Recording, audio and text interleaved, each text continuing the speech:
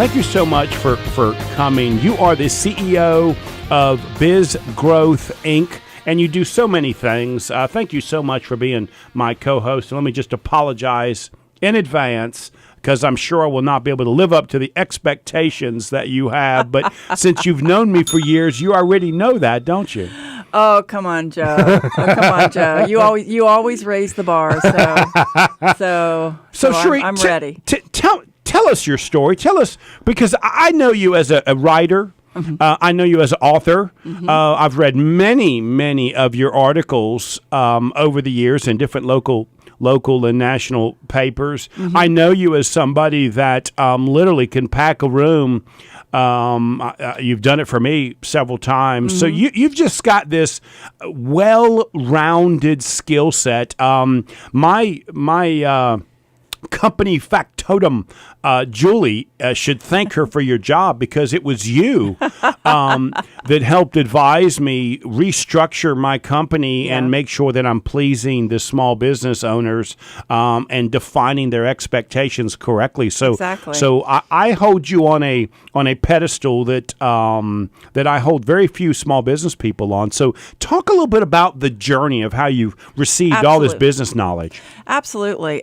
I guess the way I would describe it is I've been through every level of ownership. I literally started my company right out of college, and that was the Institute of Art and Design. And so I started as a graphic designer that just so happened to know how to write. Now, because I fell in love with my daughter's father, who took me to Owensboro, Kentucky, there were no big ad agencies to work with there. So I started freelancing. You really had to be in love to go to Kentucky. You are not kidding. Right across the river from Paducah. That's all I got to say, right?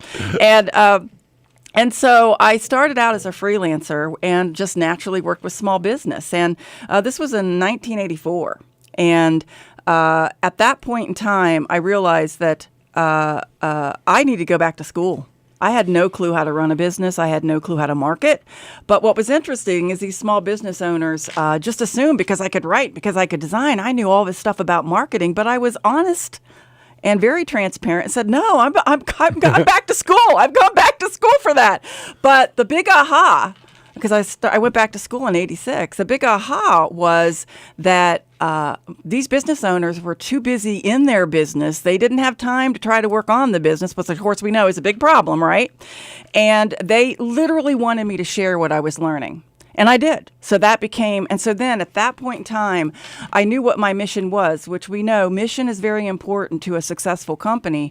And I knew my mission was to create better business owners. I knew that's what my mission was. So from there, my business just to continue to evolve. So it went from being a graphic design and writing company to being a full-service marketing company and consultancy by 1990.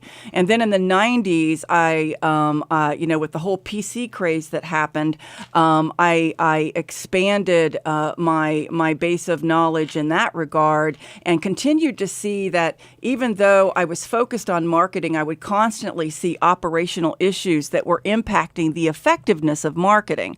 So over that next 10 or 15 years, I evolved into focusing as much on operations as marketing and seeing that that the big problem that a lot of businesses have is they don't integrate those two effectively. They operate on a daily basis, but they don't understand that they need to market on a daily basis. Let's dig into that for a minute, because this is something you actually taught me, and it was frustrating. Yeah. That's how I learned, by being beat on the back of the head. You know that about me, right?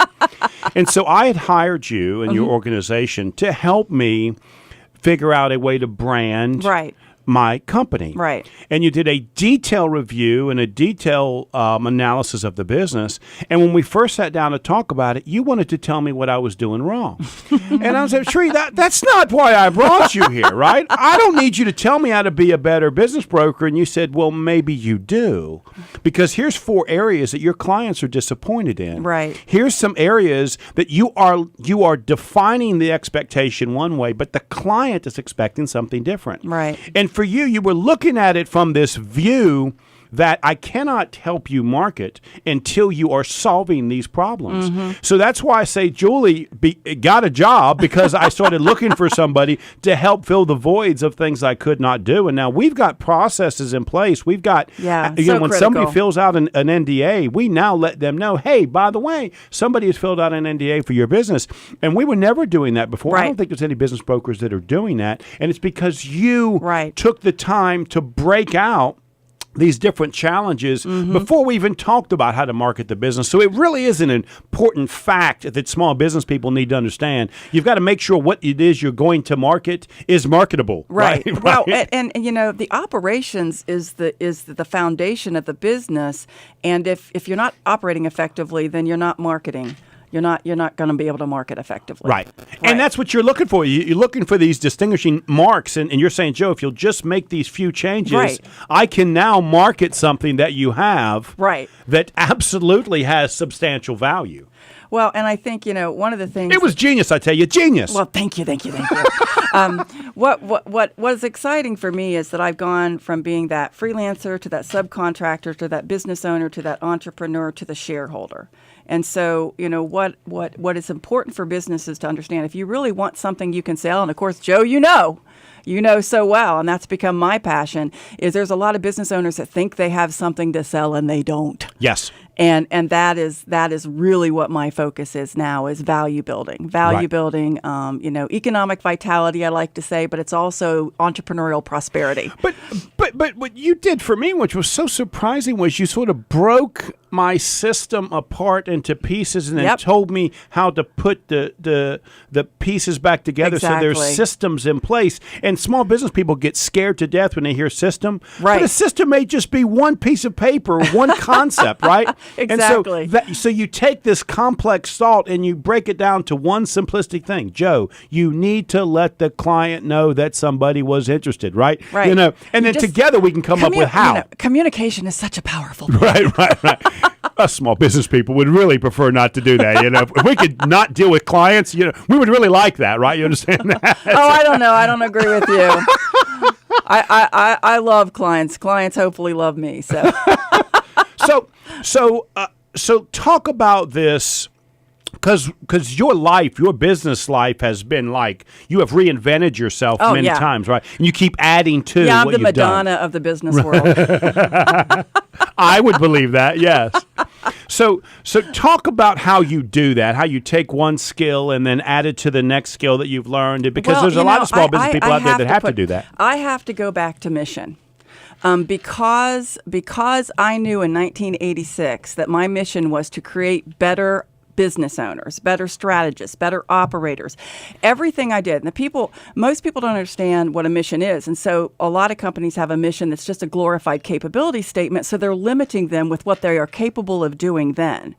But if you have a powerful mission, then what happens is you are constantly trying to feed that mission, and you're constantly trying to, okay, what else can I do to fulfill this mission? And if you don't know how to do it, you find out how to do it, or you bring people in to help you know how to do it. But the mission is really key, in my opinion.